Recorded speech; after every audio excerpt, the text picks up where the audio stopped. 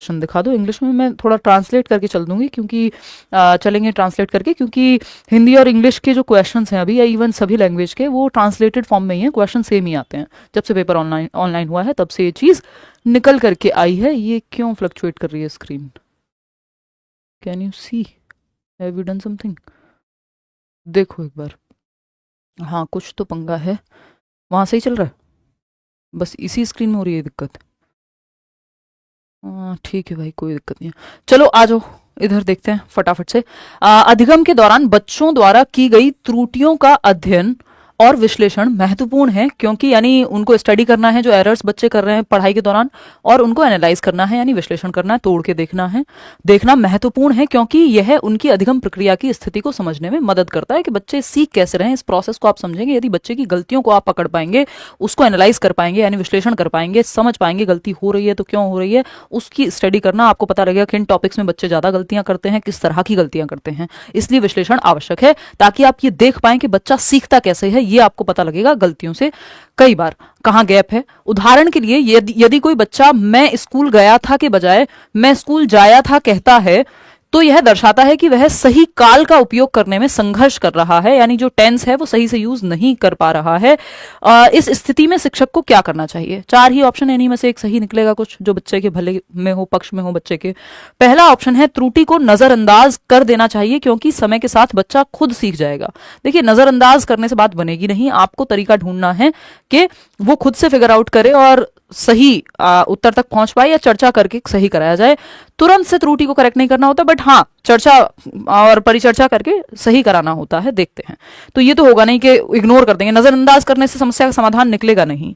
Second option है बच्चे की त्रुटियों को तुरंत सही करना चाहिए और सजा का उपयोग करना चाहिए। सजा का उपयोग करने की आजादी, या कहूं ये प्रिविलेज आपके पास नहीं है, ये काम आप नहीं कर सकते हैं। सजा जो है RT, right to education act, जो शिक्षा का अधिकार अधिनियम 2009 है, जो 1 अप्रैल 2010 से लागू हुआ था, उसमें साफ साफ कॉर्पोरल पनिशमेंट को, बच्चे को आप आंखें नहीं दिखा सकते, मुर्गा मुर्गी नहीं बना सकते, डंडा नहीं उठा सकते, बेसिकली आप दंड नहीं दे सकते, सिंपल बात है। प्रोहिबिटेड है, बैन है, आपकी शिकायत की जा सकती है यदि आप बच्चे को कोई भी पनिशमेंट देते हैं तो। ठीक, फिर आती है बात, तो ये भी हट गया। थर्ड ऑप्शन है बच्चे की त्रुटियों का विश्लेषण कर यह समझने का प्रयास करना चाहिए कि उसे किस प्रकार का समर्थन चाहिए। यानी आप जब बच्चे की गलतियां, जो एरर्स हैं, उनका विश्लेषण करेंगे, एनालिसिस करेंगे, उनको खोल करके देखेंगे और यह समझने का प्रयास करेंगे कि उसे किस प्रकार का समर्थन चाहिए, यानी हेल्प कहां चाहिए, बच्चा स्ट्रगल किस एस्पेक्ट में कर रहा है, किस पहलू में जो है वो संघर्षरत है। ठीक, तो ये बात सही है। फोर्थ ऑप्शन देखेंगे, बच्चे को दोबारा से व्याकरण रटने पर मजबूर करना चाहिए। रटना, रटंत विद्या चलंत नहीं, रोट मेमोराइजेशन पे फोकस नहीं करना है। सब्जेक्ट कोई भी हो, पूरी पेडागोजी में रटने पे फोकस नहीं है, अर्थपूर्ण ढंग से सीखने की बात की गई है। तो त्रुटियों का विश्लेषण करके ये समझने का प्रयास करना है कि बच्चे को हेल्प चाहिए कहां पे। अगर उसको पास्ट टेंस में या भूतकाल में या वर्तमान में जहां पे भी दिक्कत हो रही है, जिस भी तरह की गलती है, उसको उसका विश्लेषण करके, उसका पता लगा करके, उसकी पूरा क्या कहेंगे, ऑटोप्सी करके, एकदम उसको चीरफाड़ करके, और फिर आपको सॉल्यूशन तक पहुंचना है। तो third option is the right answer over here. आगे बढ़ेंगे, क्वेश्चन नंबर सेकंड देखिएगा क्या कहता है। दूसरा सवाल अगेन अभिकथन और कारण असर्शन रीजनिंग वाला प्रश्न है, जो लगभग हर एक सब्जेक्ट में आपसे आजकल पूछे ही जाते हैं। ठीक है बात, तो फटाफट से आप जवाब देंगे क्वेश्चन नंबर 2 का पढ़ करके, है ना। इतना भी जल्दी नहीं देना है कि पढ़ा ही नहीं है और जवाब दे दिया। एक बार मैं इसको रिफ्रेश कर लेती हूँ, कुछ तो प्रॉब्लम है इस स्क्रीन में, है ना। यूं ही तो कोई स्क्रीन खराब नहीं होती, कुछ तो वजह होती ही है।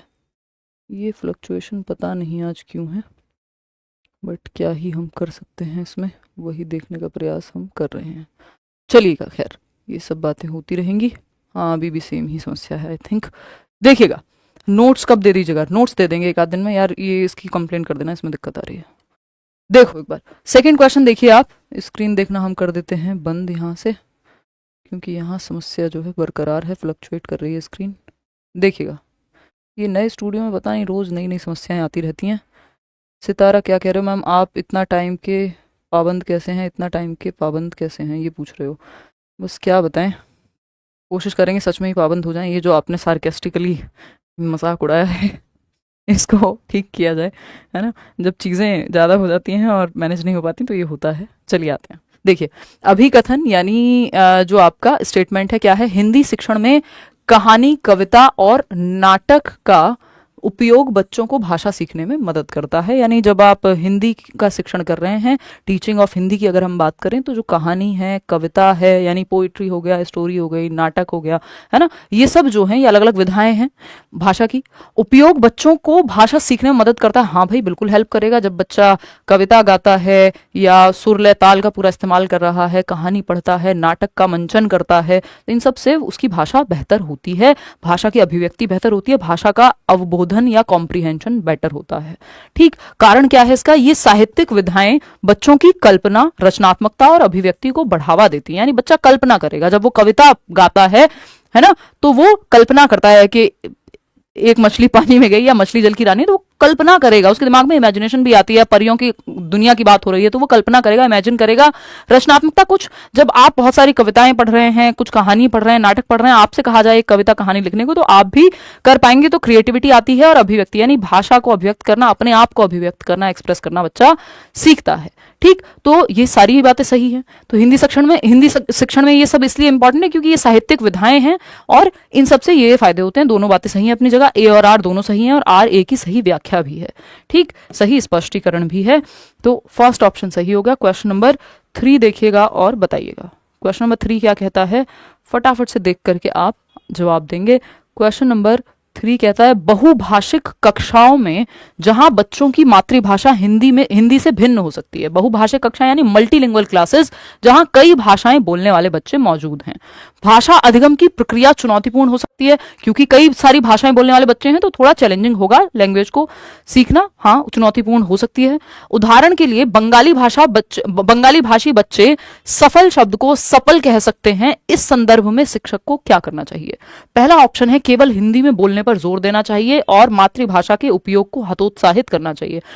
आपकी जो नेशनल एजुकेशन पॉलिसी है, नई शिक्षा नीति, चाहे वो कोठारी आयोग हो जिसमें त्रिभाषा सूत्र, 3 लैंग्वेज फॉर्मूला की बात की है, कोई भी ये नहीं कहता कि बच्चे की मातृभाषा के इस्तेमाल को या उपयोग को, प्रयोग को हतोत्साहित करो। प्रोत्साहित करना है, बढ़ावा देना है बच्चे की मदर टंग को, जो भी उसके घर पे बोली जाती है, उसको हतोत्साहित नहीं करना। इवन प्राइमरी क्लासेस में तो जो मीडियम ऑफ इंस्ट्रक्शन है, यानी अनुदेशन का जो माध्यम है, वो मातृभाषा होनी चाहिए बच्चे की। बच्चे घर पे जो भाषा बोली जा रही है उसमें ही आप उसको प्राइमरी लेवल पे शिक्षण प्रदान करें।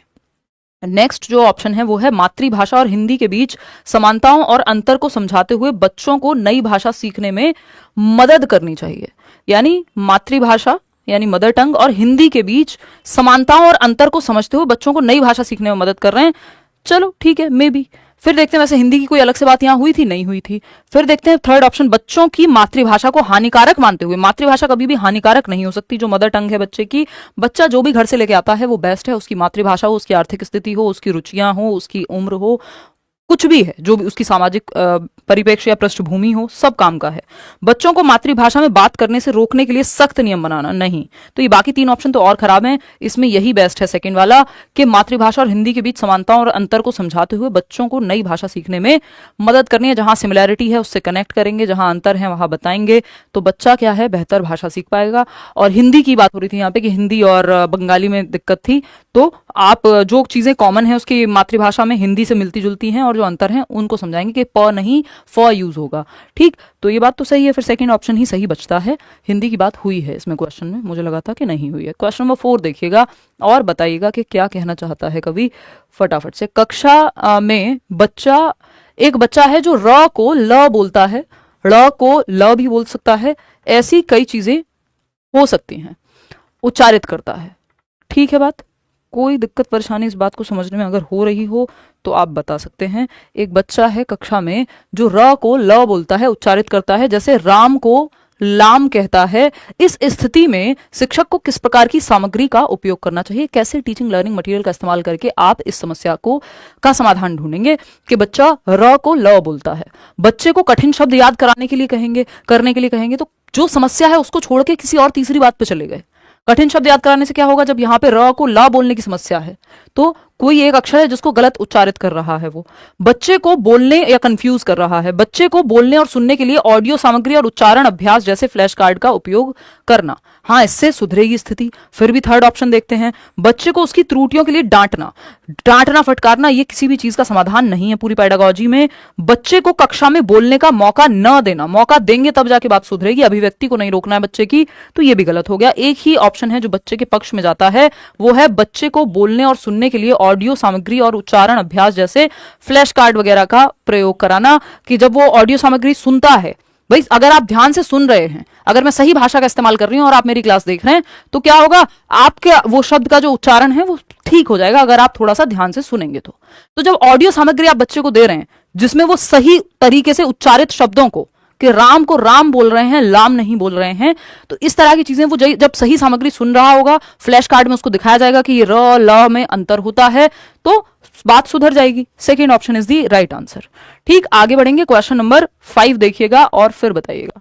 क्वेश्चन नंबर 5 क्या कहना चाहता है, फटाक से समझेंगे और बात करेंगे इस पे। फिर क्वेश्चन नंबर क्या हो गया फोन में, क्वेश्चन नंबर 5 की जब हम बात कर रहे हैं, शिक्षकों के लिए यह महत्वपूर्ण है कि वे कक्षा में ऐसी रणनीतियों का उपयोग करें जो बच्चों में हिंदी सीखने की रुचि और उत्साह बढ़ाए।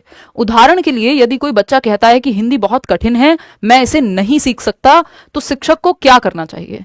यानी बात क्या हो रही है कि यह महत्वपूर्ण है कि कक्षा में ऐसी रणनीति यानी ऐसी स्ट्रेटेजीज का उपयोग किया जाए, ऐसे मेथड्स का उपयोग किया जाए जो बच्चों में हिंदी बोलने की रुचि बढ़ाए, हिंदी में उत्साह बढ़े, हिंदी के इस्तेमाल में उनका, क्योंकि हम हिंदी पढ़ा रहे हैं यहाँ पे। उदाहरण के लिए, यदि कोई बच्चा कहता है कि हिंदी बहुत कठिन है, मैं इसे नहीं सीख सकता, यानी बच्चे को लग रहा है कि बहुत मुश्किल है यार, मेरे से नहीं हो पा रहा है, तो क्या करना चाहिए as a teacher. First option है, कठिन पाठों को सरल और रोचक बनाने के लिए कहानी, खेल और गतिविधियों का उपयोग करना चाहिए, यानी बच्चे को सक्रिय कर दो, एक्टिव कर दो, चलो सही लग रहा है। फिर भी सेकंड ऑप्शन पढ़ेंगे, बच्चे को हिंदी में कठिन अभ्यास देकर उसे मजबूर करना चाहिए कि वह अभ्यास के माध्यम से सीख ले। बच्चे को मजबूर कर रहे हैं, डांट रहे हैं, फटकार रहे हैं, डर का भय का माहौल बना रहे हैं, ये सब बच्चे के पक्ष में नहीं है, तो ये तो नेगेटिव हो गया, इसको तो हटा देंगे, है ना। थर्ड ऑप्शन है, बच्चे को उसकी मातृभाषा में पढ़ाई जारी रखने देना चाहिए। अब यहाँ पे हिंदी भी तो सीखनी है ना कभी ना कभी, अब हिंदी सीखने में कठिनाई हो रही है, तो अब मात्र कोई प्राइमरी क्लास की तो बात है नहीं, प्राथमिक कक्षा के बाद तो बाकी भाषाएं भी पढ़ेगा ना बच्चा, तो ये तो कहना गलत हो जाएगा। बच्चे को समझाना चाहिए कि भाषा सीखना एक मुश्किल और समय लेने वाली प्रक्रिया है। अब उसको पहले ही मुश्किल लग रहा है, आप और उसको मुश्किल बता दे रहे हैं, तो सही ढंग से उसको आसान और रोचक बनाएंगे। मुश्किल क्या है, कुछ भी नहीं है मुश्किल। फिर ठीक, एज अ टीचर अगर आप भी यही कहेंगे अरे मुश्किल है, तो फिर सॉल्यूशन तो निकलेगा नहीं। ठीक, तो आपको तो रुचि जागृत करनी है, जिस चीज में हमारा इंटरेस्ट होता है वो हमें मुश्किल कहाँ लगती है। प्रेम देख लीजिए, लोगों को कितने शौक से करते हैं, है ना, आसान चीज है कोई, है।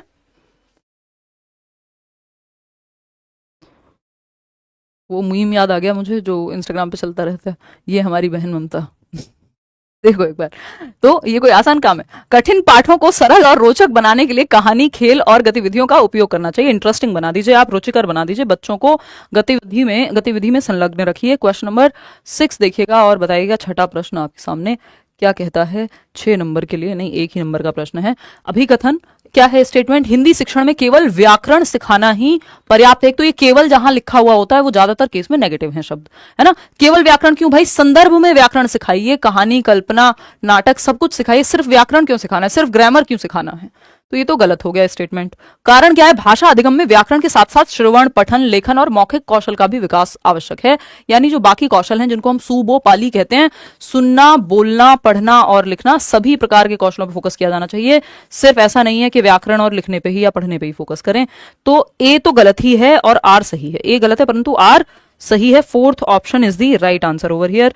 आगे बढ़ेंगे, क्वेश्चन नंबर 7 देखिएगा और बताइएगा क्या कहना चाहता है 7वां प्रश्न। ठीक, ये क्या कहता है भाई, शिक्षण के दौरान शिक्षक ने हिंदी भाषा सिखाने के लिए बच्चों को अंग्रेजी वाक्यों का हिंदी में अनुवाद कराया, यानी हिंदी ट्रांसलेशन कराया इंग्लिश आपके सेंटेंसेस का। इस विधि का उद्देश्य क्या हो सकता है, ऐसा क्यों किया है। अगर आप देखेंगे ये ट्रांसलेशन, ग्रामर ट्रांसलेशन टाइप का मेथड है, यानी कि यहां पे बेसिकली आप भाषा को ट्रांसलेट करके सीख रहे हैं। ठीक, बच्चों को केवल व्याकरण के नियम रटाना नहीं, नियम रटाने की बात थोड़ी हुई है सिर्फ, दूसरी भाषा के माध्यम से हिंदी की संरचना और व्याकरण को सिखाना। भाई जो भाषा बच्चों को आती है, मान लीजिए हो सकता है उसको अंग्रेजी आती है और हिंदी सिखाई जा रही है, तो अंग्रेजी से हिंदी में इसलिए अनुवाद करा रहे हैं कि जो दूसरी भाषा यहाँ पे अंग्रेजी है, हिंदी की संरचना यानी हिंदी का स्ट्रक्चर कैसा है, उसमें ग्रामर कैसे काम करता है, वो ट्रांसलेशन के माध्यम से आप सिखा रहे हैं। ठीक, हम यहां मान के चल रहे हैं कि बच्चे को अंग्रेजी आती होगी।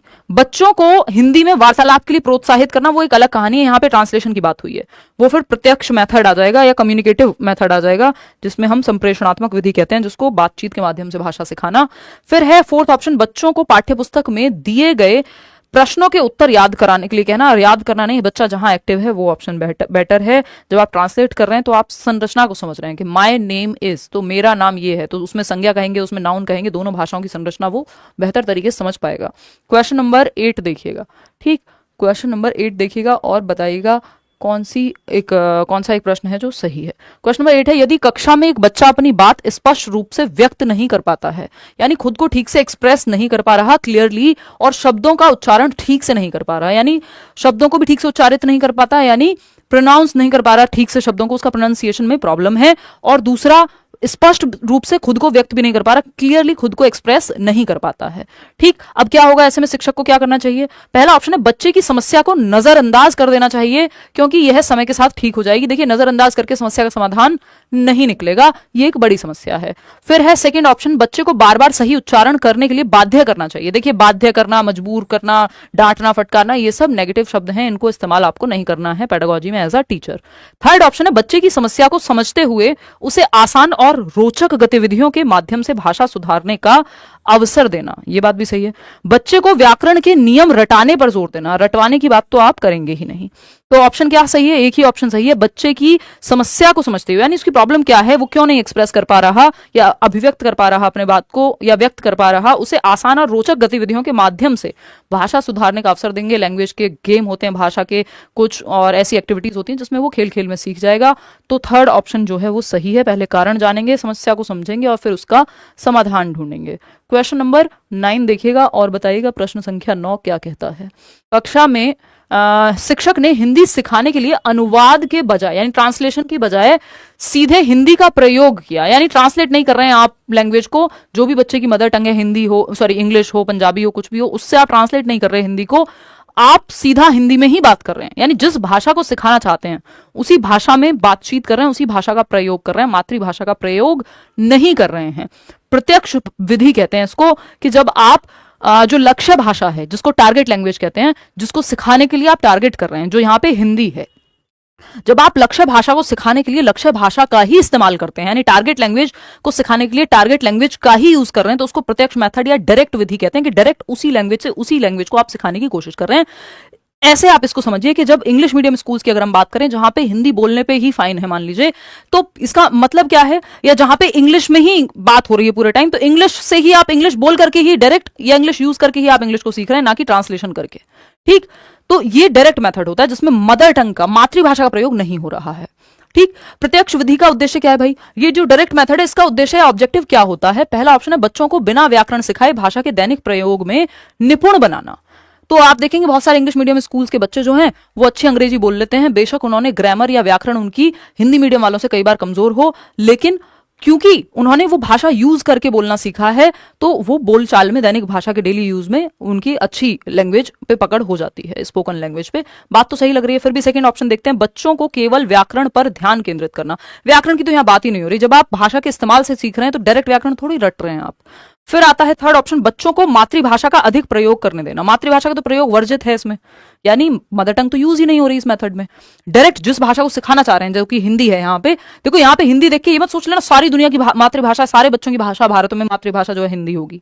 ठीक है ना, हिंदी यहाँ पे टारगेट लैंग्वेज या एक लक्ष्य भाषा के रूप में काम कर रही है, जिसको आप सिखाना चाह रहे हैं। बच्चों को दूसरी भाषा में सोचने और लिखने के लिए प्रेरित करना। देखो, यहाँ पे भाषा के इस्तेमाल से आप भाषा सीख रहे हैं, या डायरेक्ट उस लैंग्वेज को यूज करके आपका जो बातचीत डेली हो रही है उसमें बच्चा बेहतर हो रहा है, पारंगत हो रहा है। तो फर्स्ट ऑप्शन है। आगे बढ़ेंगे नेक्स्ट, व्याकरण सिखाए बिना, यानी ऐसा नहीं आपको कोई व्याकरण के नियम, भाषा को डायरेक्ट यूज करके आप मे आई कम इन मैम, अब इसमें जरूरी नहीं बच्चों को आपने पहले व्याकरण सिखाया होगा। ठीक, तो first option is the right answer. Question number 10 देखिएगा क्या कहता है। क्वेश्चन नंबर 10 फटाफट से बताइएगा। क्वेश्चन नंबर 10 क्या कहता है, ये देखिएगा, अभिकथन है और कारण है। स्टेटमेंट क्या है भाई, हिंदी शिक्षण में रचनात्मक लेखन गतिविधियां बच्चों की भाषा की समझ को बढ़ाने में सहायक होती हैं। यानी जो हिंदी लैंग्वेज टीचिंग है उसमें जब आप क्रिएटिव राइटिंग से रिलेटेड एक्टिविटीज करा रहे हैं, बच्चे कोई ऐसे लिख रहे हैं, किसी तीज त्योहार पे लिख रहे हैं, अपनी सोच नए ढंग से व्यक्त कर रहे हैं, तो ये समझ बेहतर होगी बच्चे की, हाँ भाई वो कुछ नया सोच रहा है अपनी मर्जी से, ट्रू है ये बात। रीजन क्या है इसका? रचनात्मक लेखन बच्चों को अपनी भावनाओं और विचारों को व्यक्त करने के लिए स्वतंत्रता देता है।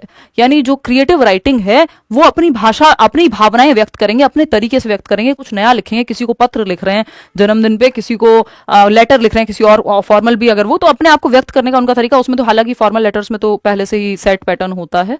तो ए और आर दोनों सही है, और सही स्पष्टीकरण भी है जो आपका ए है, वो जो आर है ए का। ठीक, रचनात्मकता बढ़ती है। क्वेश्चन नंबर 11 देखिएगा और बताइएगा क्या कहता है 11वां प्रश्न। देखिएगा, ये कह रहा है कक्षा में उपलब्धि परीक्षण के माध्यम से शिक्षक बच्चों की भाषा सीखने की प्रगति को मापना चाहते हैं। उपलब्धि परीक्षण समझते हैं आप? अचीवमेंट टेस्ट के माध्यम से कि कितना अचीव कर लिया, जो उद्देश्य निर्धारित हुए थे वो किस हद तक अचीव हो गए हैं, ये उपलब्धि प्रश्न पत्र के माध्यम से जांचा जाता है। ठीक, तो कक्षा में उपलब्धि परीक्षण के माध्यम से शिक्षक बच्चों की भाषा सीखने की प्रगति को मापना चाहता है, यानी कितना प्रोग्रेस की है बच्चे ने भाषा को लेकर के। ये अचीवमेंट टेस्ट या उपलब्धि परीक्षण के माध्यम से पता लगेगा कि 4 चैप्टर पढ़े थे या ये पढ़ा था, ये सीख पाया कि नहीं सीख पाया। इसका उद्देश्य क्या होगा? बता दिया मैंने आपको उद्देश्य, कितना सीख पाया। पहला ऑप्शन है बच्चों के कमजोर क्षेत्रों की पहचान करना और उन्हें सुधारने के लिए सुझाव देना। चलो, हो सकता है बच्चों को उनके प्रदर्शन के आधार पर श्रेणियों में बांटना, यानी कैटेगरीज में बांटना, ये काम नहीं करना है। केवल बच्चों को परीक्षा के लिए बांटना नहीं है, बच्चे को केवल बच्चों को परीक्षा के लिए तैयार करना, ये भी कोई सिखाने का लक्ष्य नहीं है कि सिर्फ एग्जाम के लिए प्रिपेयर हो जाएं। दुर्भाग्य है हमारा कि हम ज्यादातर एग्जाम्स के लिए पढ़ते रह जाते हैं। बच्चों पर अधिक पाठ्यक्रम का बोझ डालना, ये भी एक नेगेटिव बात है कि आपने सिलेबस का बोझ डाल दिया। एक ही ऑप्शन है जहां बच्चा एक्टिव है, और जहां बच्चा एक्टिव हो वो ऑप्शन बेस्ट है। बच्चों के कमजोर क्षेत्रों की पहचान करना और उन्हें सुधारने के लिए सुझाव देना, पता चलेगा कितनी उपलब्धि हो गई है। एक तो इसका ये उद्देश्य है कितना अचीव कर लिया, जो ऑब्जेक्टिव सेट हुए थे, जो उद्देश्य निर्धारित हुए थे वो कितने प्राप्त हो पाए, किस हद तक, और दूसरा कहां कमी रह गई और उसको फिर सुधारा जा सकता है। तो ठीक है दीक्षा, फर्स्ट ऑप्शन ही एकमात्र सही उत्तर है, बाकी तो बनते ही नहीं है। क्वेश्चन नंबर 12 देखिएगा, ये क्या होता है भाई 12वां सवाल, फटाफट से देखते हैं। क्वेश्चन नंबर 12, क्वेश्चन नंबर 12 कहता है शिक्षक के रूप में आप देखते हैं कि एक बच्चा घ और ग के उच्चारण में बार बार गलती करता है, इसका निदानात्मक समाधान क्या हो सकता है? निदानात्मक यानी डायग्नोस्टिक, यानी आप कैसे निदान करेंगे, और निदान कर लिया फिर उसके बाद रेमेडी कैसे देंगे, यानी उपचार कैसे करेंगे। ठीक, ये निदानात्मक परीक्षण होता है जिसमें पहले निदान करके कारण पता करते हैं कहां कमी रह गई, और फिर उपचारात्मक शिक्षण यानी रेमेडियल टीचिंग देके सुधारते हैं, दोबारा से नए तरीके से पढ़ाएंगे या जहां भी दिक्कत है उसको सुधारेंगे। ये निदानात्मक परीक्षण में या निदानात्मक समाधान में शामिल है। तो एक बच्चा है घ और ग के उच्चारण में बार बार गलती करता है, यानी घर बोलना है तो गर बोल देता है, गर बोलना है तो घर बोल देता है, मतलब ग और घ के उच्चारण में उसको है दिक्कत।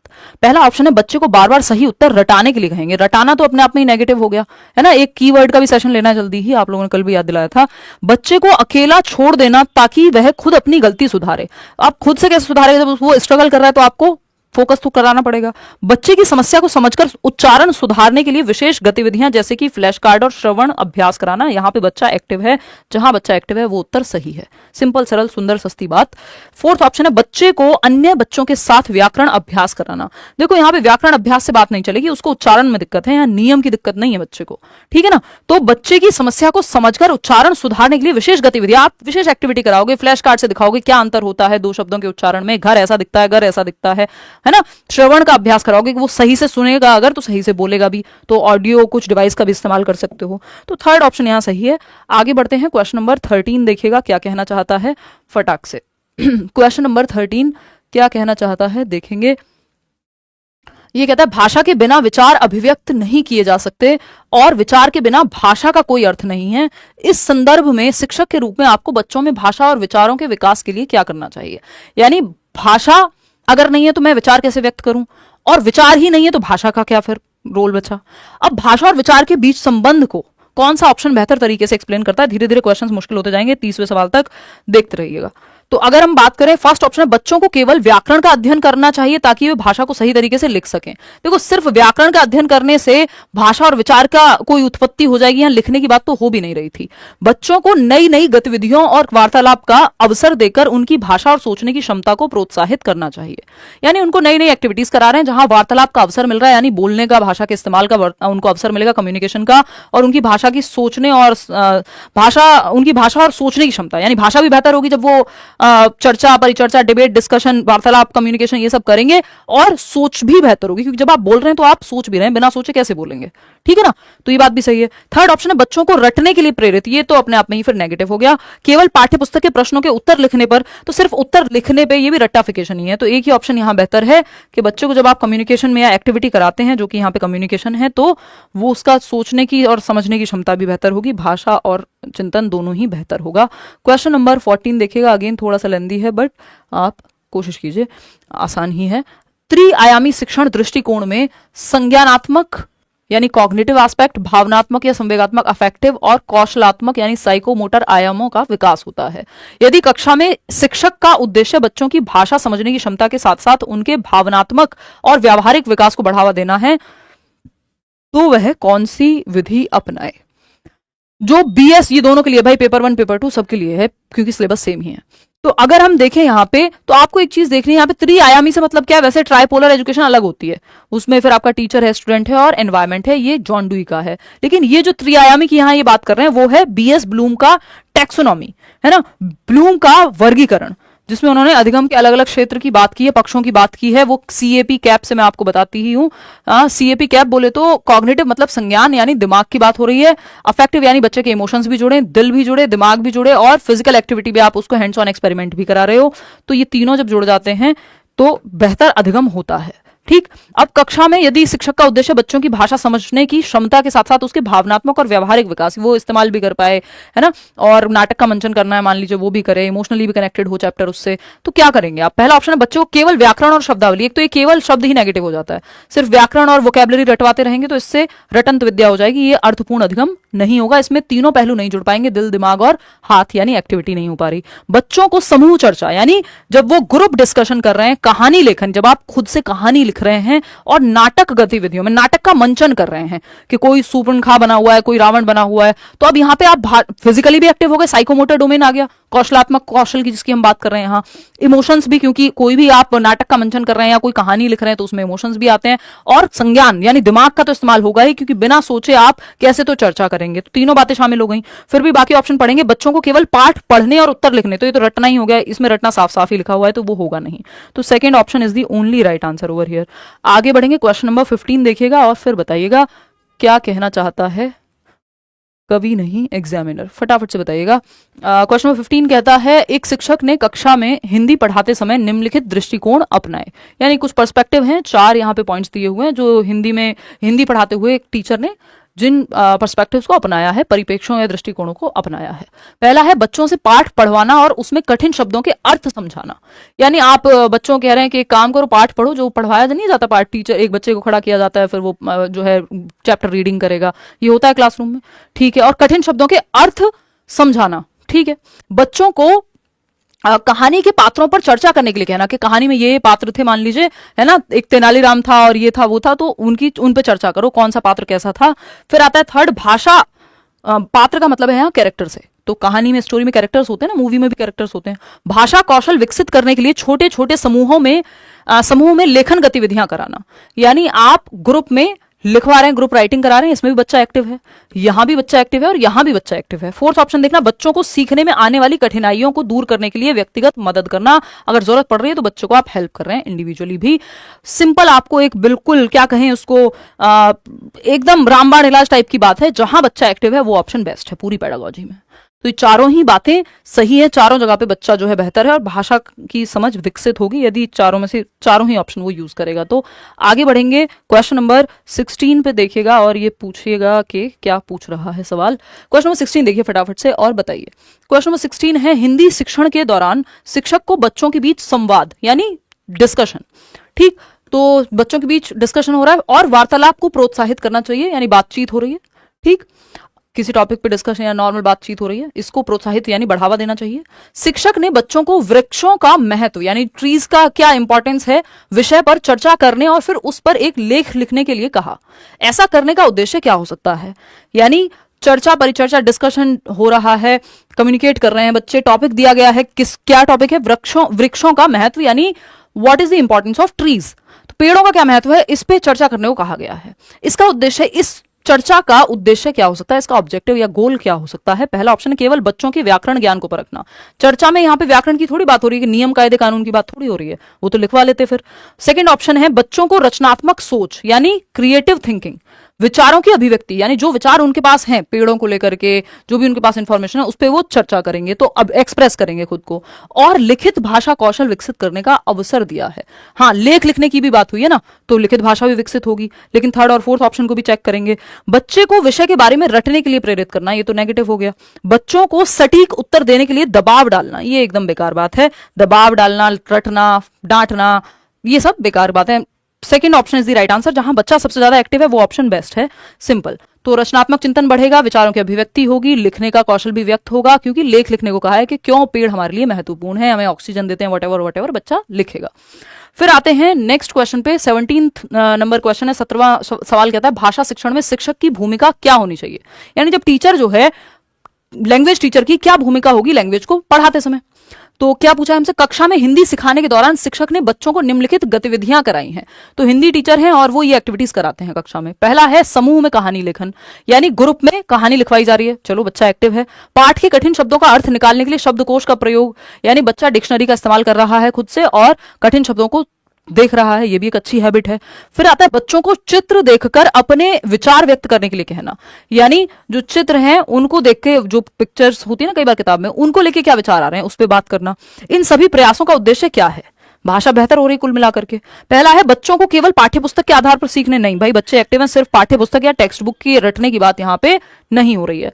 फिर आता है सेकंड ऑप्शन, बच्चों की भाषा कौशल, रचनात्मकता और आत्म अभिव्यक्ति को बढ़ावा देना। हाँ, बच्चा यहाँ ज्यादा एक्टिव है।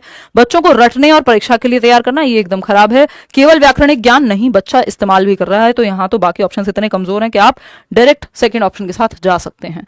क्वेश्चन नंबर 18 देखिएगा, वाइगोत्स्की के बारे में बात हो रही है। वाइगोत्स्की और पियाजे से भाषा में भी क्वेश्चन आते ही हैं, क्लियर है मैम। चलिए ठीक है दीक्षा, दिव्यासा, मंताशा, चलिए फटाफट क्वेश्चन नंबर 18 देख लीजिए और फिर हम आगे बढ़ेंगे। क्वेश्चन नंबर 18 क्या कहता है, 30 सवाल हैं टोटल, है ना। क्वेश्चन नंबर 18 क्या कहता है, इतने में कुछ कमेंट्स भी देख लेती हूँ, है ना, और इतने आप लाइक शेयर करके कमेंट करके आराम से बैठ जाओ और क्वेश्चन पढ़ के बताओ मुझे, ठीक है बात या नहीं है? ठीक है, ओके यार, कुछ क्वेश्चन ईजी भी लगाने पड़ेंगे, कुछ क्वेश्चन ईजी आते भी हैं, नेक्स्ट में लेवल थोड़ा सा और मुश्किल कर देंगे, ठीक। देखिए, भाषा क्वेश्चन पढ़ के समझ पा रहे हैं, यानी वो भी इंपॉर्टेंट है। वाइगोत्स्की के सामाजिक सांस्कृतिक सिद्धांत के अनुसार भाषा एवं चिंतन के बीच का संबंध क्या है और यह शिक्षण अधिगम प्रक्रिया में किस प्रकार महत्वपूर्ण भूमिका निभाता है। तो सामाजिक सांस्कृतिक सिद्धांत आप समझते हैं, सोशियो कल्चरल जो आपकी थियोरी है वाइगोत्स्की की, चिंतन के बीच का संबंध क्या है। देखो, आसान क्वेश्चन आपकी बेसिक कॉन्सेप्ट को क्लियर करते हैं, तो वो भी महत्वपूर्ण है एट टाइम्स, किसी सेट में बहुत मुश्किल, किसी में आसान, किसी में मॉडरेट। तो एवं चिंतन के बीच का क्या संबंध है, यानी लैंग्वेज और थिंकिंग के बीच में या लैंग्वेज और थॉट के बीच में क्या संबंध है, इस पे बात हो रही है वाइगोत्स्की के अनुसार। और यह शिक्षण अधिगम प्रक्रिया में किस प्रकार महत्वपूर्ण भूमिका निभाता है, यानी टीचिंग लर्निंग प्रोसेस में कैसे महत्वपूर्ण है थिंकिंग और लर्निंग। इंग्लिश पेडागोजी भी कराऊंगी, डोंट वरी। भाषा केवल संचार का माध्यम है और चिंतन से स्वतंत्र है, यानी सिर्फ कम्युनिकेशन का एक माध्यम है और सोचने में इसका कोई रोल नहीं है। नहीं भाई, भाषा के माध्यम से हम सोचते हैं, बहुत बेहतर अपनी समझ भी करते हैं, तो ये कहना गलत होगा। चिंतन और भाषा का कोई संबंध नहीं है, ये कहना तो एकदम ही गलत होगा, वाइगोत्स्की ने ऐसा बिल्कुल नहीं कहा। फिर है भाषा और चिंतन एक दूसरे पर निर्भर करते हैं और भाषा अधिगम प्रक्रिया का मुख्य साधन है। सुनने में बात अच्छी लग रही है, फिर भी फोर्थ ऑप्शन देखेंगे, भाषा और चिंतन विकासशील अवस्था में अलग अलग कार्य करते हैं। क्या कहना चाहेंगे आप बताइए। भाषा और चिंतन एक दूसरे पर निर्भर हैं और भाषा अधिगम प्रक्रिया का मुख्य साधन है, यानी एक दूसरे पर इंटरडिपेंडेंट हो जाते हैं, एक टाइम के बाद मर्ज होते आते हैं। जो आपका लैंग्वेज और थॉट है, और लैंग्वेज जो है वो एक इंपॉर्टेंट टूल है किसका, हमारी कॉग्निटिव डेवलपमेंट का, सीखने का या हमारे अधिगम का। तो लैंग्वेज और थॉट शुरुआती सालों में अलग अलग चलते हैं, भाषा अलग, विचार अलग, पैरेलली चलते हैं, समानांतर चलते हैं, और 3 साल के बाद जाकर के मर्ज हो जाते हैं, ये वाइगोत्स्की कहते हैं। ऐसा नहीं कि ये अलग अलग ही काम करते रहते हैं। और विकासशील अवस्था का मतलब क्या कहना चाह रहे हैं ये हमें पता नहीं है, इससे बेहतर ऑप्शन थर्ड है, नहीं तो हम इसके साथ भी चले जाते।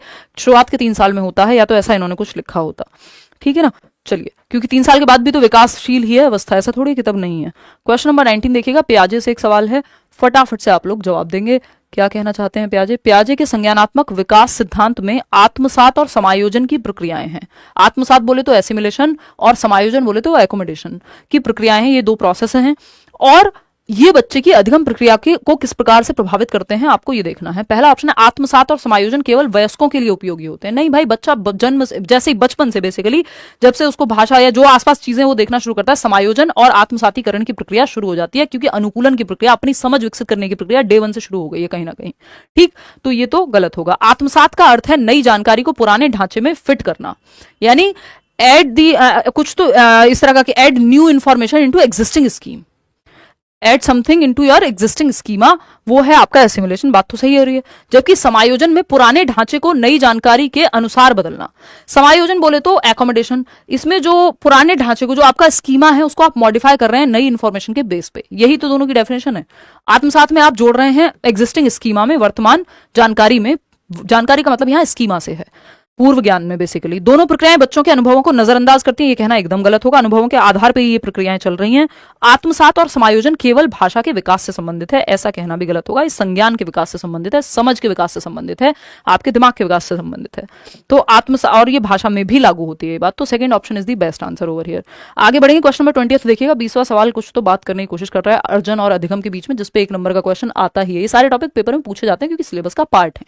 ठीक, तो टॉपिक क्लियर होना बहुत जरूरी है। क्वेश्चन को कैसे भी हेर फेर के बनाया जा सकता है। भाषा अर्जन और भाषा अधिगम के बीच मुख्य अंतर क्या है? देखो, जब ये पुराने जमाने में यानी 2016-18 में ये सवाल आता था तो 1 लाइन में पूछ लेता था, और मुख्य अंतर होता था वातावरण का। अगर आपको किसी भाषा के लिए वातावरण मिला है, एनवायरमेंट मिला है, तो आप उस भाषा को अर्जन कर लेंगे, यानी आप एक्वायर कर लेंगे। यानी आप अमेरिका में रहते हैं तो अंग्रेजी आपने एक्वायर कर ली, भाषा आप हिंदी आपने एक्वायर कर ली, अर्जित कर ली यदि आप इंडिया में रहते हैं। वातावरण का मुख्य अंतर होता है। ठीक, अब यहां पे लेकिन पूछा कुछ और है। और शिक्षक भाषा अर्जन को बढ़ावा देने के लिए क्या रणनीतियां अपनाएं? अर्जन को इसलिए क्योंकि अर्जन नेचुरल प्रक्रिया है, बहुत ही ज्यादा, और प्राकृतिक प्रक्रिया है, जिसमें किताब पढ़ने की जरूरत नहीं पड़ रही। आप एनवायरमेंट से ही भाषा को एक्वायर कर लेते हैं, अर्जित कर लेते हैं, सीख लेते हैं, उठा लेते हैं। भाषा अर्जन औपचारिक शिक्षण प्रक्रिया पर निर्भर करता है, जबकि भाषा अधिगम स्वाभाविक रूप से होता है। उल्टा बोल दिया इन्होंने। अर्जन जो है वो स्वाभाविक रूप से होगा, और अधिगम में प्रॉपर औपचारिक शिक्षण लगता है, लर्निंग में एफर्ट और प्रैक्टिस लगती है। अर्जन एक्विजिशन को कहते हैं, जो आपने बस इम्बाइब कर लिया, आपने उठा लिया है, एनवायरमेंट से भर लिया है अपने अंदर। तो ये तो उल्टा कह दिया इन्होंने। भाषा अर्जन स्वाभाविक और अनौपचारिक प्रक्रिया है, इनफॉर्मल है, जो आप अपने एनवायरमेंट से कार्टून देख के, मम्मी पापा को बात करते हुए देख के, मूवी देख के, आस पड़ोसियों को सुनते हुए, लड़ते हुए देख के, वॉटेवर आप जो दिमाग में भर ले रहे हैं, भाषा जहां से आप सीख ले रहे हैं, पहली भाषा जो मातृभाषा होती है आपकी, आप उसको एक्वायर कर लेते हैं। मल्टीपल भाषाओं को भी आप अर्जित कर सकते हैं, ऐसा नोम चॉम्स्की कह रहे हैं। जबकि भाषा अधिगम औपचारिक शिक्षण पर आधारित है। ये बात सही है कि लैंग्वेज लर्निंग, भाषा अधिगम, इसके लिए आप व्याकरण पढ़ते हैं, स्कूल में जाते हैं, ABCD सीखते हैं, 70 चीजें करते हैं, वो लर्निंग है। ये बात सही है। थर्ड ऑप्शन क्या है? भाषा अर्जन केवल व्याकरण सिखाने पर केंद्रित है। व्याकरण सिखाना, इसमें व्याकरण अपने आप सीख जाता है व्यक्ति, कोई अलग से व्याकरण नहीं सिखाया जाता भाषा अर्जन में। अगर मैंने हिंदी अपने एनवायरमेंट से सीखी तो व्याकरण जरूरी नहीं मैंने वहां सीखा, व्याकरण मैंने स्कूल में जाकर के सीखा होगा। तो भाषा अर्जन में व्याकरण का कोई अलग से शिक्षण होता नहीं है। भाषा अर्जन केवल वयस्कों के लिए होता है, ऐसा नहीं। उपयोगी है सिर्फ नहीं भाई, बच्चा जन्म से ही भाषा आसपास सुनता है और अर्जित करता है। तो सेकंड ऑप्शन ही यहां सही है। 21वां सवाल देखिएगा फटाफट से। नॉम चॉम्स्की की बात हो रही है। बाबा नॉम चॉम्स्की क्या कह रहे हैं? बड़े लिंग्विस्ट हैं, यानी भाषाविद हैं नॉम चॉम्स्की, इन पे भी सवाल आता ही है। भाषा अर्जन और अधिगम की जो बातचीत है इन्होंने बहुत अच्छे से की है, ठीक है ना। और अगर हम बात करें हिंदी मैराथन का, बताएंगे भाई, हिंदी, इंग्लिश और CDP की मैराथन करने का प्रयास पूरा है मेरा, है ना। देखिएगा क्वेश्चन नंबर 21 है, नॉम चॉम्स्की के भाषा अर्जन यंत्र के सिद्धांत के अनुसार, यानी लैंग्वेज एक्विजिशन डिवाइस, LAD कहते हैं इसको, ठीक। इमेजिनरी डिवाइस है, काल्पनिक है, दिमाग में इंसान मान के चलता है, के सिद्धांत के अनुसार बच्चों के भाषा अर्जन की प्रक्रिया कैसे स्वाभाविक रूप से यानी नेचुरली होती है, और शिक्षक इसे हिंदी शिक्षण में किस प्रकार प्रोत्साहित कर सकता है। अब कोई भी भाषा हो, हिंदी हो, इंग्लिश हो, नेचुरली एक्वायर कर सकता है बच्चा, अर्जित कर सकता है। ये बात नॉम चॉम्स्की कहते हैं, क्योंकि मानव शिशु में जन्मजात भाषा अर्जन की क्षमता है, भाषा को एक्वायर करने की क्षमता है जिस एनवायरमेंट में वो रहता है, ठीक। और शुरुआत के जो जीवन के 5 से 10 साल हैं वहां पे तो ये भाषा अर्जन यंत्र, लैंग्वेज एक्विजिशन डिवाइस बहुत एक्टिव है, जो दिमाग में भर लेता है जो भी भाषा आसपास बोली जा रही है उसको एब्जॉर्ब करके अपना भाषा प्रयोग वो सीख जाता है बच्चा। बच्चों में भाषा अर्जन केवल अनुकरण के माध्यम से होता है, यानी नकल के माध्यम से। वो कह रहे हैं नहीं, जन्मजात क्षमता है, नकल की बात ही नहीं। नकल की बात करेंगे आपके स्किनर, पूछ लिया जाता है अनुकरण की बात कौन कर रहा है भाषा को लेके, तो स्किनर, ठीक। सेकेंड ऑप्शन, बच्चों के पास जन्मजात भाषा अर्जन क्षमता होती है और शिक्षक को प्राकृतिक वातावरण प्रदान करना चाहिए। ये बात एकदम सही है। बच्चों को केवल व्याकरण नियम रटवा दो, जी नहीं, अर्जन में ये बात नहीं होगी, अधिगम में। और रटवाना तो है ही नहीं। भाषा अर्जन बच्चों के लिए केवल किशोर अवस्था में संभव है, ये कहना एकदम गलत है, बल्कि भाषा अर्जन कम उम्र में 5 साल तक आपका जो लैंग्वेज एक्विजिशन डिवाइस है, भाषा अर्जन यंत्र है, वो ज्यादा सक्रिय होता है। वो क्रिटिकल पीरियड है जो 3 से 6 वर्ष है आपकी भाषा विकास के लिए। ठीक, तो बच्चों के पास जन्मजात भाषा अर्जन की क्षमता है, तो प्राकृतिक अगर आप माहौल देंगे तो वो नेचुरली ही स्वाभाविक रूप से भाषा को सीख लेंगे। ये बात सेकंड ऑप्शन में कही गई है, जो चॉम्स्की की बात से बिल्कुल, मतलब चॉम्स्की की ही बात है। सहमत क्या है, बिल्कुल चॉम्स्की ऐसा ही कहते हैं। 22वां सवाल देखिएगा, शिक्षण सहायक सामग्री यानी टीचिंग लर्निंग मटेरियल, हम चार्ट लेके जाते हैं, है ना, मॉडल्स लेके जाते हैं टीचर, तो टीचिंग लर्निंग मटेरियल, शिक्षण सहायक सामग्री, टीचिंग एड्स जिनको हम कह देते हैं, सॉफ्टवेयर और ऑनलाइन टूल्स का क्या महत्व है? सॉफ्टवेयर और ऑनलाइन टूल्स का क्या महत्व है, ये पूछा जा रहा है किसमें? Language teaching, teaching learning material या टीचिंग एड्स में। तो कई बार आप सॉफ्टवेयर का यूज कर रहे हैं जो अलग से प्रोनाउंसिएशन मान लीजिए सिखा रहा है। ऑनलाइन टूल्स में अलग अलग गेम्स हो सकते हैं लैंग्वेज को लेकर के, अलग पिक्चर्स हो सकती हैं, कोई आजकल गूगल अर्थ आ गया है वो दिखा सकते हो आप क्लासरूम में, तो वो भी टीचिंग लर्निंग मटेरियल का ही इस्तेमाल हो गया स्क्रीन पे। ठीक, तो इनका क्या महत्व है ये पूछा है। केवल छात्रों को व्यस्त रखने के लिए नहीं भाई, समझ बेहतर होगी। सिर्फ व्यस्त रखने के लिए तो कुछ भी करा लो, गाने गवाओ, कुछ भी कराओ।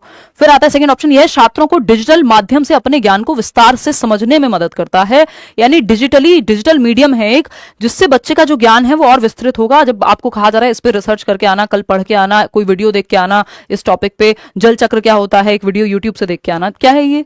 डिजिटल माध्यम हो गया एक तरह से, तो इससे हेल्प मिलेगी बच्चे को। यह केवल बच्चों के मनोरंजन के लिए है जी नहीं, सीखने के लिए भी है। मनोरंजन के लिए फिर बहुत चीजें हैं, केवल खेल कूद के लिए नहीं, आपको बच्चे को सक्रिय रख के सिखाना भी है, जो कि सेकंड ऑप्शन में है कि डिजिटल माध्यम है। भाई ये सॉफ्टवेयर और ऑनलाइन टूल क्या है? डिजिटल माध्यम है ना, जिससे बच्चा बेहतर तरीके से सीख पा रहा है।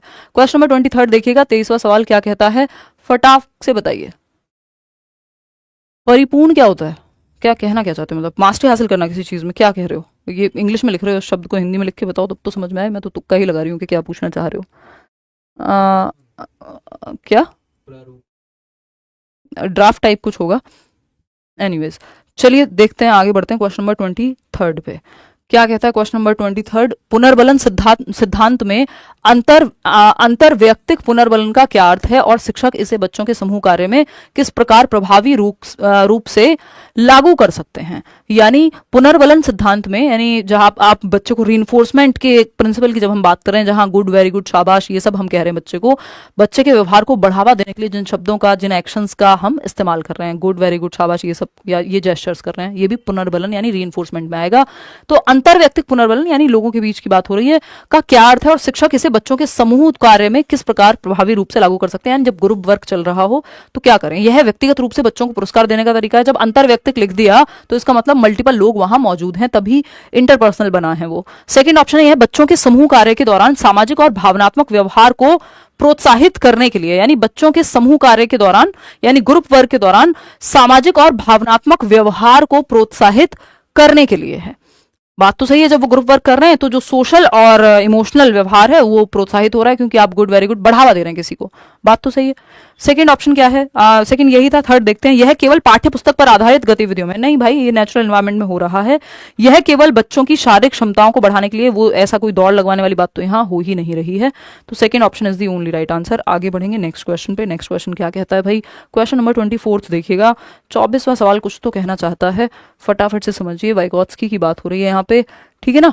अगर हम देखें यहाँ पे, वाइगोत्स्की के अनुसार समीपस्थ दूरस्थ विकास का क्षेत्र, जोन ऑफ प्रॉक्सिमल डेवलपमेंट का अर्थ क्या है और यह शिक्षकों को बच्चों की अधिगम क्षमता को समझने में कैसे मदद करता है? जोन ऑफ प्रॉक्सिमल डेवलपमेंट यानी वो दायरा जहां संभावना है कि अभी विकास आपका हो सकता है यदि आपको सही मदद दी जाए। पहला ऑप्शन है ZPD, जिसको हम कह दे रहे हैं संभावित विकास जहां संभव है। बेसिकली यह वह क्षेत्र है जिसमें बच्चे अपनी समस्याओं को स्वतंत्र रूप से हल कर सकते हैं। नहीं, यह वह क्षेत्र है जहां बच्चा स्वतंत्र रूप से और किसी की मदद से, इन दोनों के बीच का अंतर ZPD है। ठीक, यह वह क्षेत्र है जिसमें बच्चों को शिक्षक या सहपाठियों की सहायता की आवश्यकता होती है। हाँ, कह सकते हो। देखते हैं थर्ड ऑप्शन, यह वह क्षेत्र है जो बच्चों के लिए बहुत कठिन है और इसे नहीं समझ सकते, ऐसा नहीं है, मदद से समझ सकते हैं। फिर आते हैं, यह वह क्षेत्र है जो केवल जैविक परिपक्वता पर आधारित है। बायोलॉजिकल मैच्योरिटी की बात तो वाइगोत्स्की की कर ही नहीं रहे हैं। तो सेकेंड ऑप्शन है यह वह क्षेत्र है जिसमें बच्चों को शिक्षक या सहपाठियों की सहायता की आवश्यकता होती है, यानी ZPD वो दायरा है जहां बच्चों को यदि मदद दी जाए, स्कैफोल्डिंग या पाड़ या ढांचा दिया जाए, यानी ये है बच्चा जो खुद से कर सकता है स्वयं से। ये वो दायरा है जहां ZPD वाला दायरा है ये, जहां उसको हेल्प मिल जाए तो वो यहां तक पहुंच सकता है। तो ये टेम्परेरी हेल्प की आपका दायरा है ZPD। वो स्पेस है, वो डिफरेंस है जहां वो खुद से जो कर सकता है और जो किसी की मदद से कर सकता है, उसके बीच के डिफरेंस को हम ZPD कह रहे हैं। ठीक, आगे बढ़ेंगे। वाइगॉत्स्की का हम चैप्टर कर चुके हैं, क्वेश्चंस भी कर चुके हैं, एक बार उसको भी देख लेना। क्वेश्चन नंबर 25 देखिएगा क्या कहता है, 25वां सवाल। अंत की तरफ हम बढ़ रहे हैं अब सेशन के। ये कहता है व्याकरण शिक्षण के दौरान किस प्रकार की गतिविधियां बच्चों के लिए लाभदायक होती हैं, यानी हेल्पफुल होंगी किस प्रकार की एक्टिविटीज जब आप ग्रामर टीचिंग कर रहे हैं। तो एक शिक्षक ने व्याकरण पढ़ाते समय निम्नलिखित विधियां अपनाई, एक एक करके आपको सारी विधियां देखनी है। उदाहरण के साथ नियम समझाए, यानी पहले एग्जाम्पल दिए और फिर नियम बताए। इसको हम क्या कहेंगे, आगमनात्मक विधि कहेंगे, इंडक्टिव मेथड कहते हैं कि पहले आपने संज्ञा के उदाहरण दिए फिर संज्ञा की परिभाषा बताई। खेलों और गतिविधियों के माध्यम से अभ्यास कराना, बच्चा यहाँ भी एक्टिव है, ये भी इंडक्टिव मेथड भी अच्छा होता है। बच्चों को स्वयं वाक्य बनाने के लिए कहना, तो बच्चा फिर से यहाँ एक्टिव है। त्रुटियों पर सुधारात्मक प्रतिक्रिया दी, यानी फीडबैक दे रहे हैं जहां जरूरत है, जहां गलतियां हो रही हैं, ये भी सही है। चारों ही सही है। सक्रिय भागीदारिता और त्रुटि सुधार चारों में ही हो रहा है, केवल पाठ्यपुस्तक आधारित नहीं है, केवल व्याकरण रटवाने की बात नहीं हुई है, बच्चों की त्रुटियों को नजरअंदाज भी नहीं किया गया है। तो चारों ही सही है, चारों में ही बच्चा सक्रिय है, एक्टिव है। क्वेश्चन नंबर 26 देखिएगा, 26वां सवाल क्या कहता है भाई, फटाफट से देखिएगा। क्वेश्चन नंबर 26 कुछ तो कहना चाहता है, भाषा शिक्षण में शिक्षण सामग्री का चयन कैसे किया जाना चाहिए, यानी जब आप लैंग्वेज टीचिंग कर रहे हैं तो लैंग्वेज टीचिंग मटेरियल कैसे चूज करेंगे, ये पूछा है आपको, है ना, ये आपको पूछा है। शिक्षक ने बच्चों को पढ़ाने के लिए निम्नलिखित सामग्री चुनी है। अब कुछ सामग्री है जो टीचर ने चुनी है।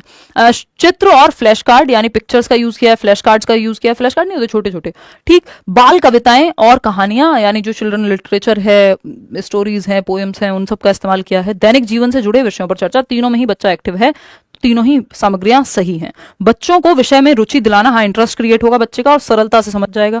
बच्चों को केवल पाठ्यपुस्तक की बात नहीं हुई है, सिर्फ रटने की बात नहीं हुई है, जटिल सामग्री का प्रयोग नहीं किया गया है, कठिन और जटिल नहीं, आसान सामग्री जो और इजी बना दे, रुचि दिलाए, रुचिकर बन जाए, यानी इंटरेस्टिंग लगे बच्चे को और सरलता से सीख पाए, ऐसी ही सामग्री है। चाइल्ड सेंटर्ड अप्रोच है यहाँ पे और चाइल्ड सेंटर्ड ही मेथड और सामग्री का इस्तेमाल किया गया है। क्वेश्चन नंबर 27 देखिएगा, हिंदी शिक्षण में समग्र दृष्टिकोण यानी होलिस्टिक अप्रोच का महत्व क्या है, बताइए। होलिस्टिक यानी समग्र का मतलब ये जो सब कुछ अपने अंदर समाहित कर ले, हर एक पहलू को देख ले। पहला ऑप्शन है बच्चों के सभी भाषा कौशलों का समग्र विकास करना, यानी सु बो प ली, सुनना, बोलना, पढ़ना और लिखना, ये सब जो भाषा कौशल है इन सब का इस्तेमाल सब एकीकृत रूप से विकसित हो रहे हैं, जो कि एक बहुत ही बेहतरीन बात है। फिर भी सेकंड ऑप्शन देखेंगे, केवल व्याकरण पर ध्यान केंद्रित करना, सिर्फ व्याकरण रटवाना एकदम खराब तरीका है। संदर्भ में व्याकरण सिखानी होती है, कॉन्टेक्स्ट में, है ना। ऐसा नहीं है कि सिर्फ नियम अलग से रटवा दो आप, तो व्याकरण व्याकरण चिल्लाना बहुत अच्छी बात नहीं है। संदर्भ में व्याकरण जहां लिखा हो वो पॉजिटिव है। थर्ड ऑप्शन है बच्चों को केवल लिखने तक सीमित रखना, केवल लिखने, क्यों, सारे जो कौशल है भाषा कौशल, सुनना, बोलना, पढ़ना, लिखना, सबका इस्तेमाल कराओ। बच्चों को उनकी त्रुटियों पर डांटना, ये भी गलत है। डांटना फटकारना तो आपको अलाउड ही नहीं है। बच्चे के सभी कौशलों का समग्र विकास, यानी जब आप बच्चों को लिखने के लिए भी कह रहे हैं, बोलने के लिए भी कह रहे हैं, नाटक मंचन के लिए भी कह रहे हैं, तो सुनना, बोलना, पढ़ना, लिखना सब उसमें, कविता गायन के लिए भी कह रहे हैं, तो सब कुछ शामिल हो गया। बच्चे के चारों भाषा कौशल जो हैं एक साथ विकसित हो रहे हैं, जो एकीकृत होते भी हैं, इंटीग्रेटेड होते भी हैं। क्वेश्चन नंबर 28 देखिएगा, अभिरुचि परीक्षा यानी एप्टीट्यूड टेस्ट का उद्देश्य क्या है और शिक्षक इसे हिंदी शिक्षण में छात्रों की व्यक्तिगत रुचियों को समझने और सुधारने के लिए किस प्रकार से प्रभावी रूप से लागू कर सकते हैं। तो अभिरुचि परीक्षा छात्रों के मानसिक स्वास्थ्य को जांचने के लिए है, ये कोई मेंटल हेल्थ का परीक्षण थोड़ी है। एप्टीट्यूड मतलब आपका किस क्षेत्र में आपके अंदर क्षमता है बेहतर करने की, तो इंटरेस्ट भी उस क्षेत्र में होना चाहिए आपके अंदर। एप्टीट्यूड है यानी एबिलिटी है कि उस विशेष क्षेत्र में आप बेहतर कर पाएंगे, ठीक। सेकंड ऑप्शन यह है, परीक्षा केवल बच्चों के एकात्मक रुझानों को नापने के लिए, यानी जो एकमात्र उनका रुझान है एक की तरफ, ऐसा नहीं है। यह छात्रों के व्यक्तिगत रुचियों को जानने और उनके अध्ययन के क्षेत्र को सही दिशा देने के लिए होती है। शिक्षक इसे बच्चों की रुचियों को पहचानने और शैक्षिक सामग्री में सुधार लाने के लिए लागू कर सकते हैं कि भाई बच्चा किस तरफ जा सकता है, वो स्पोर्ट्स में अच्छा हो सकता है, वो उसको क्या दिशा दें हम, म्यूजिक में अच्छा हो सकता है। तो एप्टीट्यूड बेसिकली उसकी रुचि किस तरफ है और उसमें क्षमता किस तरफ जाने की, उस तरह से फिर उसको सिखाया जाए। अभिरुचि परीक्षा का उद्देश्य केवल बच्चों की विषय विशेष जानकारी, जी नहीं, तो थर्ड ऑप्शन यहाँ बेहतर है और बच्चा सबसे ज्यादा एक्टिव भी आपको थर्ड ऑप्शन में ही नजर आएगा। क्वेश्चन नंबर 29 देखिएगा, दक्षता परीक्षा या कॉम्पिटेंसी टेस्ट या प्रोफिशिएंसी टेस्ट भी इसको हम कह देते हैं। ये क्या कहती है भाई, दक्षता परीक्षा का उद्देश्य क्या है यानी ऑब्जेक्टिव क्या है, और शिक्षक इसे हिंदी कक्षा में विद्यार्थियों की शैक्षिक क्षमता को मापने के लिए किस प्रकार प्रभावी रूप से यूज कर सकता है, कि बच्चे कितना दक्ष हैं, जो उन्होंने पढ़ा है उसमें कितने प्रोफिशिएंट हैं। ठीक है ना। गुल अफसान कुछ अलग से निकाल करके लाएंगे जिससे कि मजे भी आए, है ना। पर दक्षता परीक्षा का उद्देश्य केवल विद्यार्थियों को उनके अकादमिक प्रदर्शन में कमी बताना है, यानी कहाँ कमी रह गई ताकि उन्हें सुधारा जा सके, तो ऐसा नहीं। दक्षता तो ये देखती है किस हद तक अचीव हो पाए जो आपके कौशल थे। दक्षता परीक्षा छात्रों के शैक्षिक कौशल और उनकी विषय विशेष समझ का मूल्यांकन करने के लिए होती है, जिसे शिक्षक व्यावहारिक परीक्षणों और संचार गतिविधियों के माध्यम से लागू कर सकते हैं। यहाँ पे वो वाला फंडा लागू हो रहा है कि पेडागोजी में जो लंबा वाला ऑप्शन है, जो सबसे बड़ा ऑप्शन है, वो सही है। जो बहुत बार ये तुक्का फिट बैठ जाता है, बट ये कोई नेसेसरी नहीं है, कोई फैक्ट नहीं है। ठीक, दक्षता परीक्षा केवल इस केस में आपको पढ़ के देख लेना है कि क्या ये पॉजिटिव भी है, बच्चे के भले की बात कर रहा है, तो ठीक है। दक्षता परीक्षा केवल छात्रों की मानसिक स्थिति को मापने के लिए नहीं होती, ये कोई मेंटल परीक्षण नहीं है। दक्षता परीक्षा छात्रों को निष्क्रिय करने के लिए बिल्कुल भी नहीं है कि बच्चों को पैसिव बना दो। एक ही ऑप्शन सही है कि दक्षता परीक्षा छात्रों के शैक्षिक कौशल और उनकी विषय विशेष समझ का मूल्यांकन करने के लिए होती है, कि उनको कितना आता है किसी एक भाषा के क्षेत्र में, या जो भी उन्होंने सीखा है साल भर में, तो वो कितना जानते हैं उस चीज को जो उन्होंने पढ़ा है, और जिसे शिक्षक व्यावहारिक परीक्षणों और संचार गतिविधियों के माध्यम से लागू कर सकते हैं। प्रैक्टिकल स्किल्स के बेसिस पे टेस्ट लेकर के ही पता किया जा सकता है कि बच्चा कितना प्रोफिशिएंट है, कितना दक्ष है, कितने बेहतर ढंग से सीख पाया जो उसको सिखाया गया क्लासरूम में या पढ़ाया गया, या जो भी उद्देश्य थे उनकी प्राप्ति हो पाई नहीं हो पाई, और किस लेवल तक हो पाई अगर हुई तो। क्वेश्चन नंबर 30 देखिएगा, आखिरी सवाल है आज का, फटाफट से बताएंगे। मुख्य कौशल में भाषाई कौशल, सामाजिक कौशल और समस्या समाधान कौशल का क्या संबंध है, और हिंदी कक्षा में इनका विकास कैसे किया जा सकता है। मुख्य कौशल यानी मेन स्किल्स हैं कि लैंग्वेज को लेकर के स्किल्स, सोशल स्किल्स, बच्चा एक दूसरे के साथ कैसे डिस्कशन करेगा, और समस्या समाधान यानी प्रॉब्लम सॉल्विंग, जो भी उसके सामने प्रॉब्लम आए उस पर वो समाधान निकाल पाए। इसके बारे में कौन सा एक ऑप्शन आपको सही लगता है। आज मॉक टेस्ट को मॉक टेस्ट की तरह ही रखा है, बातें बहुत ज्यादा नहीं की है। ठीक, फटाफट से बताइएगा। देखिएगा, क्वेश्चन नंबर 1 है, ऑप्शन नंबर 1 है, भाषाई और सामाजिक कौशल का कोई संबंध नहीं है, क्योंकि ये दोनों अलग अलग क्षेत्रों में काम आते हैं। ऐसा नहीं है, सोशल स्किल्स और लैंग्वेज का बहुत बड़ा रिलेशन है। आप लोगों से चर्चा बातचीत कैसे करते हैं, भाषा के माध्यम से ही करते हैं ना। सेकेंड ऑप्शन, समस्या समाधान कौशल केवल गणित या विज्ञान के विषय में लागू होते हैं, जबकि भाषाई और सामाजिक कौशल अन्य विषयों में भी उपयोग नहीं होते। ऐसा नहीं है, समस्या समाधान और कौशल जो है या गणित या विज्ञान विषय में नहीं, हर एक विषय में शामिल हो पाएंगे। आप लैंग्वेज से रिलेटेड भी प्रॉब्लम सॉल्विंग या प्रॉब्लम पोज कर सकते हैं कोई।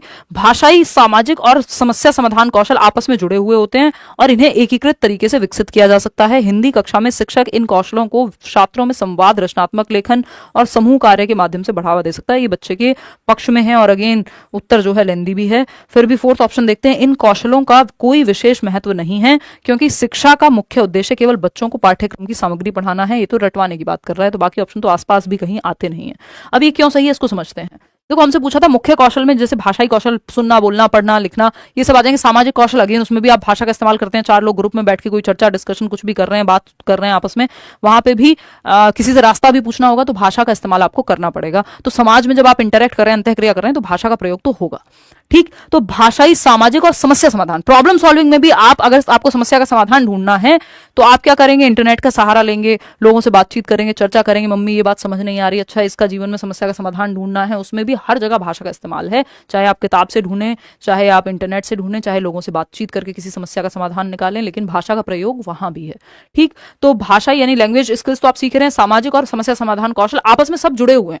लैंग्वेज स्किल्स अच्छी हैं तो आप पढ़ के भी समझ पाएंगे, सुन के भी समझ पाएंगे, लोगों से इंटरेक्ट भी बेहतर कर पाएंगे, है ना, और समस्या समाधान भी कर पाएंगे। ये सब इंटीग्रेटेड है, एक दूसरे से जुड़े हुए हैं। ये बात तो सही है, third option is the only right option. तो थर्ड ऑप्शन सही है। आउट ऑफ 30 क्वेश्चंस कितने आपने ठीक किए, इसकी पीडीएफ और बाकी के 3-4 जो सेशन है उनकी इकट्ठी ही पीडीएफ आज ही मैं अभी के अभी कोशिश करूंगी। ये वाला पीडीएफ तो कल हो जाएगा, बाकी जो पेंडिंग पीडीएफ हैं और जो अपडेटेड नोट्स हैं वो मंडे तक, तीनों सब्जेक्ट के ही, हिंदी, इंग्लिश और सीडीपी 90 नंबर हैं, वो फ्री नोट्स आपको मिल जाएंगे टेलीग्राम पे। टेलीग्राम चैनल ज्वाइन करके रखिएगा, लाइक शेयर सब्सक्राइब आप कर दीजिएगा अगर सेशन आपको पसंद आया हो। बाकी अपने साथ बने रहिए। पेपर में समय दिन जो है वो कम है, लेकिन अगर आप अभी भी तमीज से पढ़ लेते हैं तो कोई दिक्कत है नहीं, निकलता है लोगों का हफ्ते हफ्ते भर में भी सीटेट का एग्जाम, क्योंकि ये कोई मेरिट वाला एग्जाम नहीं है। जस्ट 60% नंबर आपको लेके आने हैं, 90% अगर आप कैटेगरी से हैं तो 55%। चलिए आज का जो सेट था कंपैरेटिवली इजी कहेंगे, बट हाँ थोड़ा सा लेंदी भी रखा है क्योंकि सिलेबस से ही है। आउट ऑफ 30 कितने ठीक हुए? अगर आप 25 तक भी स्कोर कर पा रहे हैं आउट ऑफ 30 तो मैं कहूंगी अच्छी तैयारी मानी जाएगी। 30 आउट ऑफ 30 है बहुत सारे लोगों का, 29 26। चलिए आज के लिए इतना ही, थैंक यू सो मच, कल मिलते हैं, टाटा बाय बाय, धन्यवाद आपका। कल 9 बजे मिलेंगे और सीडीपी का कुछ करेंगे कल, ठीक है ना? क्या पैराग्राफ वाला क्वेश्चन पहले करना सही है भाषा के लिए? नहीं, पहले पेडागोजी कर लो, टाइम बच जाएगा। इस पे मैं अलग से गद्यांश पद्यांश पे एक सेशन लूंगी। चलिए take care, bye, good night. Comments में बताना कितना स्कोर किया और कहाँ समस्या